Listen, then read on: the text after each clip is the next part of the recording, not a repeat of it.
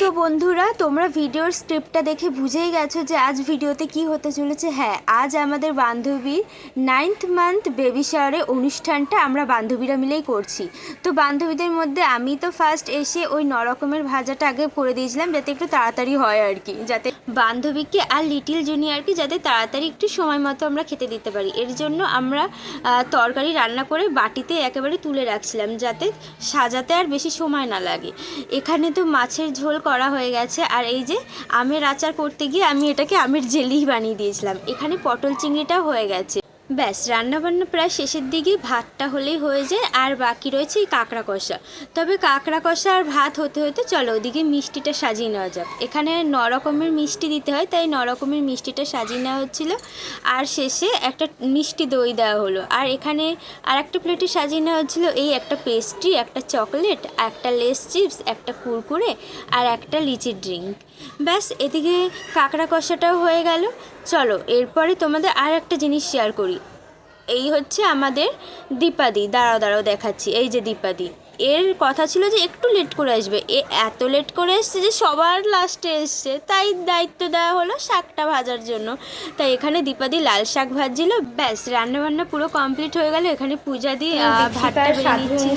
আমাদের সেই যে থালাটা সাজানো হচ্ছে, যেহেতু আমরা 9 মাসের শাকটা দিচ্ছি, ওর জন্য 9 রকমের ভাজা, 9 রকমের ফল, এরকম 9 রকমের মিষ্টি।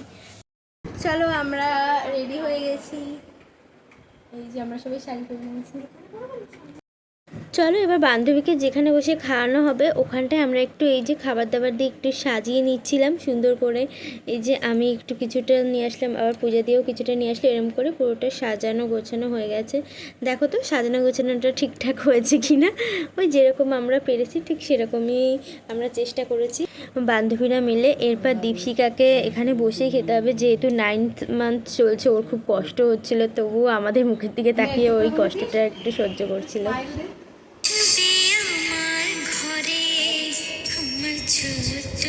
এই যে আমাদের লিয়েশোনা, এই যে পূজা দি, এই যে আমি, আর এই যে আমাদের দীপাদি। দীপাদির মুডটা অফ আছে, কিন্তু আরেকটু পরে দীপাদিকে ঝাক্কাস করে দেওয়া হবে। তাই তো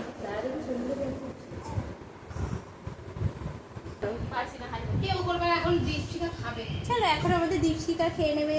আমাকে খেতে দেওয়া হচ্ছে না, ওকে খেতে দেওয়া হচ্ছে না, খাবারগুলো দিয়ে যদি বসিয়ে রাখা হচ্ছে ফটো তোলার জন্য।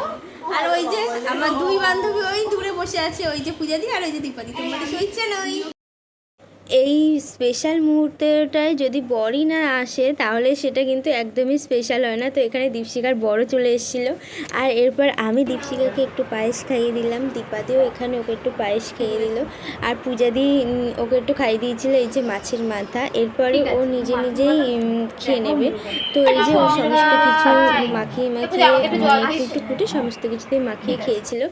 আর এই যে এরপরে আমরা বান্ধবীরা এখন খেতে বসে গেছি।